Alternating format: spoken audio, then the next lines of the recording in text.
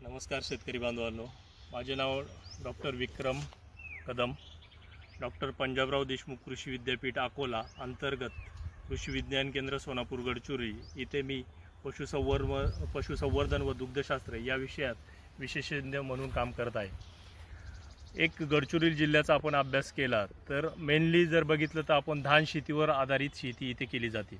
वर्षातील 6 महिने इथे धान पीक लागवड केली जाते व बऱ्यापैकी ज्यांचं इरिगेटेड आहे ते त्यानंतरचे आपले रब्बीचे क्रॉपिंग घेतात। नाहीतर बऱ्यापैकी जर बघितलं तर आपण फक्त ही जून ते सप्टेंबर ऑक्टोबर या काळात ही शेती केली जाते।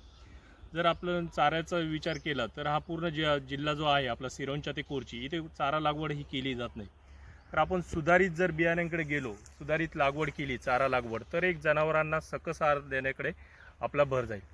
आता जनरली आपण इथे प्रयोग करत असतो, आपण विद्यापीठाचे जे रेकमेंडेड वाहन आहेत ते शेतकऱ्यांच्या दारापर्यंत कसे जातील आणि शेतकऱ्यांचं दुग्ध उत्पादन कसं वाढेल किंवा या व्यवसायाकडे येण्याचा त्यांचा कल कसं वाढेल, शेळी पालन झालं, यासाठी चारा हा मुख्य घटक आहे।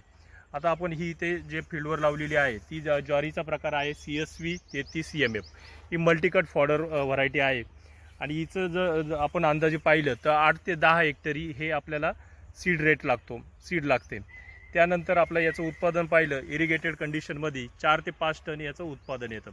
आता याची लावण्याची पद्धत जी आहे आपण 15 बाय 10 स्पेसिंगवर आपण याची प्लांटेशन करतो आणि याचं लागवड केल्यानंतर 60 ते 90 दिवसामध्ये याची आपल्याला पहिली कटिंग येते आणि त्यानंतरच्या सबसिक्वेंट जे कटिंग आहेत त्या आपल्या 45 ते 60 दिवसामध्ये त्याच्या 6 ते 7 आपल्या सबसिक्वेंट कटिंग येतात।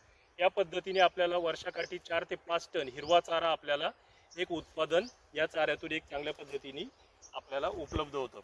तर शेतकऱ्यांना हेच माझे एक सूचना असेल की आपण एक याची लागवड करून एकदा तुमचं धानाचा बेल्ट निघला त्यानंतर आपल्याला लागवड करून याची कटिंग करून बारकाईने आपल्याला सायलेज मेकिंग करून जर आपण हा चारा पुरवला तर आपल्याला वर्षाकाठी जो एप्रिल मे महिन्यामध्ये उन्हाळ्यात आपल्याला चाऱ्याचा जो दुर्भिक्ष येतो तो आपल्या दुर्भिक्ष आपलं कमी होईल।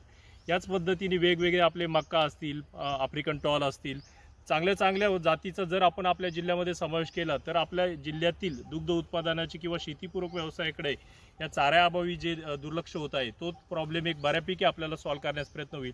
आणि आपण कृषी विज्ञान केंद्र सोनापूर गडचिरोली मार्फत वेगवेगळ्या व्हरायटी आपण शेतकऱ्यांना अवेलेबल करत असतो। त्याच पद्धतीने राष्ट्रीय बीज निगम लिमिटेड यांची सुद्धा आपण मदत घेत असतो आणि जिथून पण आपल्याला या रेकमेंडेड व्हरायटी शेतकऱ्यांच्या दारात लागवड करता येईल त्यासाठी आपला एक कृषी विज्ञान केंद्र सोनापूर गडचिरोलीचा प्रयत्न असतो।